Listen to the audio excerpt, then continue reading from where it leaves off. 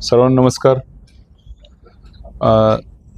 विधान परिषदेचे निवडणूक लागलेली आहे आणि सांगली सातारा स्थानिक स्वराज्य संस्था मतदारसंघातून महाविकास आघाडीतर्फे मी अधिकृत उमेदवार म्हणून या ठिकाणी निवडणूक लढवत आहे. आणि आदरणीय शरदचंद्रजी पवार साहेब, तसेच आमचे प्रदेशाध्यक्ष शशिकांतजी शिंदे साहेब आणि ज्येष्ठ नेते जयंत पाटील साहेब, त्याचबरोबर पक्षातील इतर सर्व ज्येष्ठ नेते यांनी माझ्यावर जो विश्वास दाखवलेला आहे या मतदारसंघामध्ये निवडणूक लढवण्यासंदर्भात, तो सार्थ ठरवण्याची जबाबदारी माझ्यावर आहे. आणि त्या दृष्टीनं मी मतदारसंघामध्ये दौरे सुरू केलेले आहेत.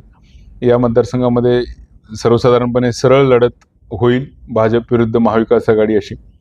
आणि मला खात्री आहे की या मतदारसंघामध्ये मतदार बंधू महाविकास आघाडीच्या बाजूनं राहतील. या मतदारसंघामध्ये 895 मतदान आहे आणि सांगली आणि सातारा हे 2 जिल्हे आहेत.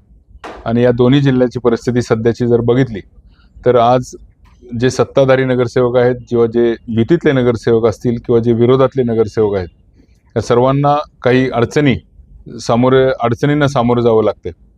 आज जे विरोधातले नगरसेवक आहेत त्यांच्यावर अगदी दुजाभाव केला जातो. त्यांना कोणत्याही प्रकारचं फंडिंग किंवा अनुदान किंवा त्यांच्या वॉर्डातली कामं करण्यासाठी त्यांना कसल्याही प्रकारची मदत सत्ताधाऱ्यांकडून मिळत नाही.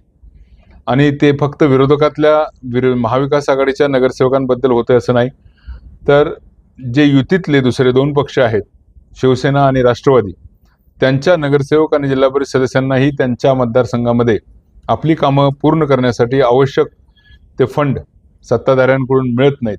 आणि अशा प्रकारच्या वल्गना अनेक वेळा याच जिल्ह्याचे जे मंत्री आहेत त्यांच्याकडून तुम्ही भाषणातून सुद्धा ऐकले असतील की सगळे फंड आम्ही देणार आहे, त्यामुळे तुम्ही आमच्याकडे या, अन्यथा तुम्हाला कसल्याही प्रकारचा निधी मिळणार नाही. तर अशा पद्धतीची गोष्टी या नगरसेवक आणि जिल्हा परिषद सदस्यांना भोगाव्या लागत आहेत. आणि नगरसेवक असू द्या, जिल्हा परिषद सदस्य असू द्या, आज एक व्यक्ती 15 ते 30 हजार लोकांचं प्रतिनिधित्व करत असतो. आणि इतक्या मोठ्या संख्येने लोकांचं प्रतिनिधित्व करत असताना त्यांची कामं प्रामुख्याने करणं ह्या त्या नगरसेवकाचं, जिल्हा परिषद सदस्याचं काम असतं. परंतु निधी अभावी आणि वरच्या सत्तेतल्या पक्षामधल्या लोकांच्या जो दृष्टिकोन आहे विरोधकांच्या बद्दल किंवा युतीतल्या दुसऱ्या पक्षांच्या बद्दल, त्यामुळं त्या निधीची उपलब्धता होत नाही, त्यांची कोणतीही कामं होत नाहीत. ही परिस्थिती झाली युतीतले दुसरे सदस्य आणि विरोधकांची. आज भाजपच्या नगरसेवकांची आणि जिल्हा परिषद सदस्यांची काय अवस्था आहे? आज त्यांच्या वॉर्डामध्ये जरी काही फंड पडले तरी त्यांच्या वॉर्डामध्ये ते काम कोणी करावं, ते काम कसं असावं, याविषयी त्यांना कोणताही अधिकार ठेवलेला नाही. केंद्रीय पातळीवरून सर्व अधिकार, सर्व टेंडर वाटले जातात.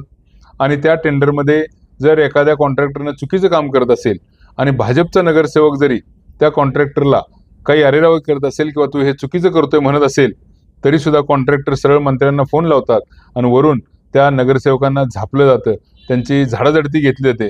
त्यामुळे स्वतःच्या वॉर्डातली जी कामं आहेत त्या कामंसुद्धा चांगली व्हावीत म्हणून भाजपचे नगरसेवक सुद्धा आपल्या तिथल्या स्थानिक कॉन्ट्रॅक्टरला सांगू शकत नाहीत. अशी परिस्थिती आहे. एकंदरीत जे वातावरण या ठिकाणी चालू आहे सातारा आणि सांगलीमध्ये विशेषतः, ते वातावरण ठराविक भाजपच्या मंत्र्यांमुळं दूषित झालेलं आहे. खरं तर ही भाजप विरुद्धची लढाई म्हणण्यापेक्षा भाजपचं नाव बदनाम करणारे जे मंत्री या ठिकाणी सातारा सांगलीमध्ये काम करतात, त्या मंत्र्यांच्या विरोधात ही लढाई आहे. त्यांनी खऱ्या अर्थानं मागच्या अनेक दिवसांपासून भाजपचं पक्षाचं नावही खराब केलं आहे आणि देवेंद्र फडणवीस साहेबांचं नावसुद्धा या मंत्र्यांमुळं खराब झालेलं आहे. आणि खऱ्या अर्थानं ही लढाई ही आमची त्या प्रवृत्तीविरोधात आहे. आणि त्यामुळं आम्हाला विश्वास आहे की या सातारा आणि सांगलीमध्ये निवडून आलेले जे लोकप्रतिनिधी आहेत त्यांनाही अशा या प्रवृत्तीचा ॲक्च्युली खूप त्रास होतो. आणि त्यामुळं हे लोकसुद्धा माझ्या पाठीशी खंबीरपणे उभं राहतील. आणि भाजपचे असू द्या किंवा महाविकास आघाडीचे असू द्या किंवा इतर त्यांच्या मित्रपक्षांचे नगरसेवक असू द्या, सर्वच लोक या ठराविक मंत्र्यांना त्रासलेले आहेत.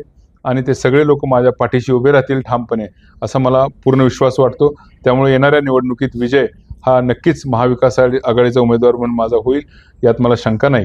आणि त्यासाठी महाविकास आघाडीतले 3 सदस्य, काँग्रेस, शिवसेना, उबाटा आणि राष्ट्रवादी काँग्रेस पार्टी शरदचंद्रजी पवार, या 3 पक्षांचे नेत्यांची संपूर्ण फळी माझ्यासाठी या ठिकाणी मैदानात उतरलेली आहे. आणि त्यांच्या सर्वांच्या आशीर्वादानं, त्यांच्या सर्वांच्या साथीनं आम्ही हा विजय सुखकर करू असा मला पूर्ण विश्वास आहे.